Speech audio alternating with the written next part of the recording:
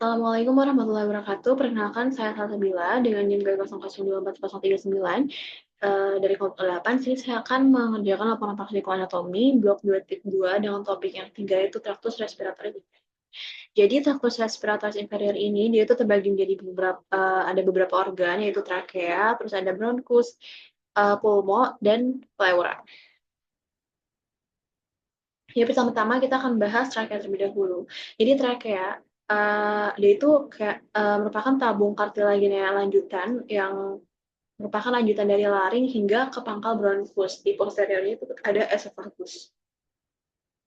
Nah, untuk trakea ini dia skeletopisnya VC6 sampai VTH 4 atau 5. Nah, yang kemudian nanti trakea ini nanti akan bercabang menjadi bronchus primarius dexter et sinister, yang percabangannya itu disebut bifocardiotrachealis. Yang ada di VTH 415, bagian dalam percabangan ini dia ada penonjolan, namanya itu karina, sebagai reseptor iritan dan juga batuk. Nah, menurut letaknya, trakea itu terbagi menjadi trakea pars cervicalis dan juga trakea pars thoracalis. Nah, terus bangunan-bangunan penting yang ada di trakea itu ada yang pertama tuh ada ligamentum annular trachealis, cartilago trachealis, terus ada musculus trachealis. Nah, ya ini ligamentum annularnya, terus ada cartilago trachealisnya, terus ada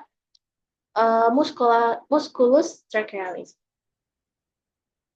Nah, ini musculus trachealisnya, terus ini dia ada bifocal trachealis yang nantinya akan bercabang di primoris dexter maupun sinister. Oke, selanjutnya ada vaskularisasi dari trakea. Intinya trakea itu dia divaskularisasi oleh arteri thyroideae inferior.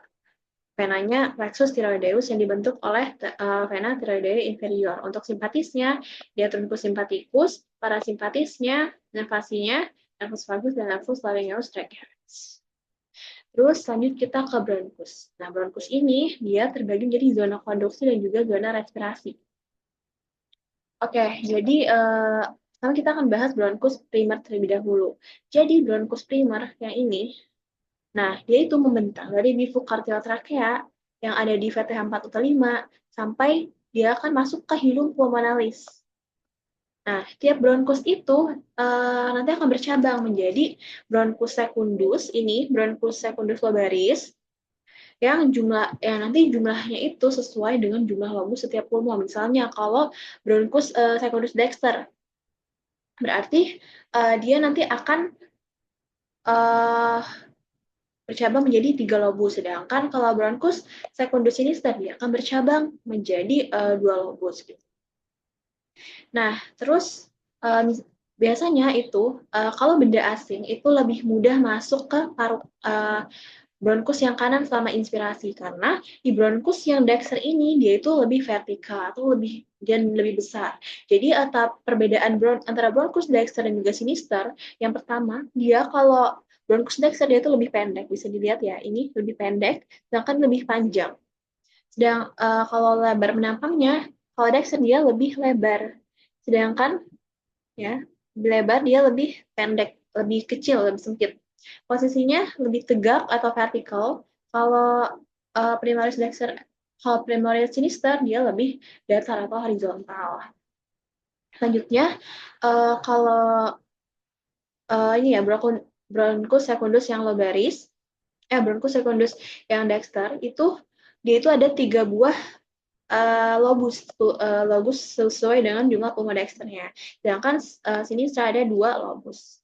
Iya, itu masuk ke hilum pulmonalis setinggi VT5, sedangkan kalau sinister dia masuk ke hilum pulmonalis setinggi VT6. Nah, penamaannya kalau Dexter itu ada satu bronchus epaterialis. Jadi ada bronchus yang dipercabangkan sebelum dia itu masuk ke hilum pulmonalis. Sedangkan ada dua bronchus hiperterialis yang mana dia akan dipercabangkan setelah masuk ke hilum pulmonalis. Nah, setelah itu kalau bronchus secundus sinister dia itu keduanya merupakan bronchus secundus hiperterialis karena dia hanya ada percabangan ketika masuk hilum pulmonalis.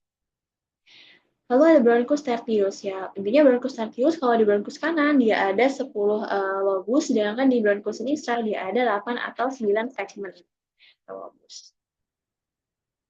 Oke, selanjutnya kita bahas pulmo. Oke, jadi pulmo dia itu ada yang pertama ada basis, terus ada apexnya, ada fasiasnya, ada fasias anterior posterior dan ada margonya. Oke, yang pertama kita akan bahas perbedaan pulmodexter dan pulmosinister. Nah, jadi kalau pulmodexter itu dia punya 3 lobus. Ada lobus superius, ada lobus yang medius dan juga lobus inferiusnya. Lobus superius, lobus inferius dan lobus medius di sini. Nah, terus dia dipisahkan oleh suatu visura, namanya itu visura horizontalis antara lobus pulmonis dexter dan lobus pulmonis dexter yang superior dan lobus pulmonis dexter yang medial di sini. Terus ada lobus oblik antara lobus media dan juga lobus inferiornya. Selanjutnya kalau di pulmo sinister dia punya 2 lobus saja. Ada lobus superius pulmonis sinister dan juga ada lobus inferius pulmonis sinister. Terus dia juga hanya punya satu visura, yaitu visura oblik sinister. Visura oblik pulmonis sinister. Oke, untuk vaskularisasinya, kalau vaskularisasi fungsionalnya dia oleh arteri vena pulmonal, kalau nutritifnya dia arteri vena bronkial. Terus ada yang namanya itu radix pulmonis. Jadi radix pulmonis itu dia tuh kayak kumpulan struktur yang melekatkan pulmo ke struktur-struktur di mediastinum. Nah, radix itu dia tuh ditutupi oleh pleura parietalis pars mediastinalis yang nantinya akan berefleksi menjadi pleura visceralis.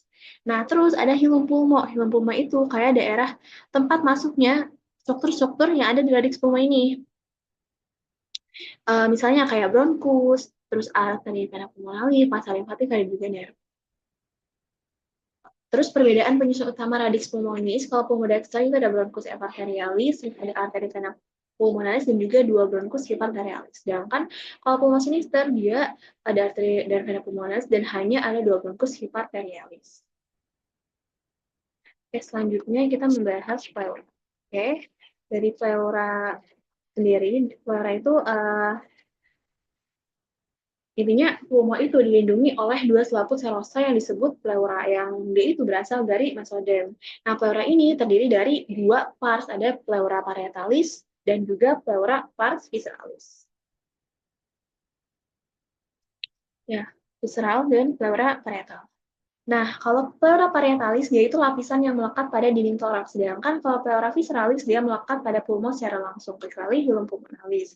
Nah, di antara 2 lapisan pleura ini ada ruangan yang disebut cavitas pleuralis. Normalnya ruangan itu tuh berisi sedikit cairan serosa yang fungsinya itu untuk melicinkan dan memudahkan gerak pulmo saat respirasi. Nah, selanjutnya untuk ya, pleura parietalis. Yang pertama itu ada pleura parietalis. Jadi, pleura parietalis itu berdasarkan topografinya dibagi menjadi ada parietalis costalis, mediastinalis, diafragmatica, dan juga pleura cervicalis. Ya, di costal part-nya ini ada mediastinalnya di sini, ada diafragmanya, terus ada cervicalnya di sini. Terus, oh ya, jadi dia itu terdapat proyeksi pleura berupa lipatan ke arah inferior dari hilum ke mediastinum.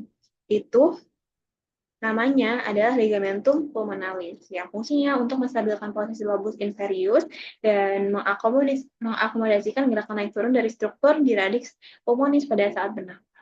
Terus terdapat 2 perluasan yang merupakan ruang potensial. Jadi ada recessus costomediastinal dan juga recessus costodiafragma. Untuk recessus costomediastinal dia berada di tempat pleura parietalis pars costalis, dia bersentuhan dengan pleura parietalis pars mediastinalis. Terus dibentuk oleh kalau recessus costodiafragmaticus dibentuk oleh lipatan pleura costalis dan diafragmatica, berisi cairan ketika berdiri dan memungkinkan pulmo bergerak ketika bernafas.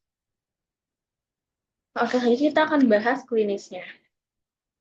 Oh ya, ini vaskulasi de pleura, intinya kalau pleura parietalis, dia ada pars mediastinal, pars diafragmatica dan juga pars costalis. Kalau pars mediastinal dia divaskulisasi oleh arteri perikardioverenica, diafragmatica, periferenica superior, dan arteri musculofrenica. Untuk pars costalis, ya pasti arteri interkostal. Untuk inervasinya, kalau pleura parietalis dia timbul nyeri. Untuk pars costalisnya ada nervus intercostalis, untuk pars diafragmatica dan mediastinalis yang ada nervus praenicus. Kalau pleura visceralis dia di GBR tidak timbul nyeri. Oke, untuk klinisnya itu yang pertama ada asma. Jadi asma itu merupakan reaksi hipersensitivitas yang manifestasinya itu berupa bronkokonstriksian, yaitu mengakibatkan obstruksi jalan nafas atau penyempitan dari saluran nafas. Oleh karena itu, orang yang asma itu biasanya susah untuk ekspirasi gitu. Selanjutnya ada efusi pleura. Nah, efusi pleura itu adalah kelebihan cairan yang terkumpul dalam kavitas pleura. Kalau hemotoraks, dia kelebihan ini ada kondisi ketika ada darah yang terkumpul di dalam kavitas pleuranya. Kalau pneumotoraks yang terkumpul adalah nanahnya. Terus ada tracheostomi ya ini. Jadi tracheostomi itu merupakan tindakan klinis kayak pembedahan dengan yaitu nanti akan membuka trakea karena adanya obstruksi atau kesulitannya bernafas.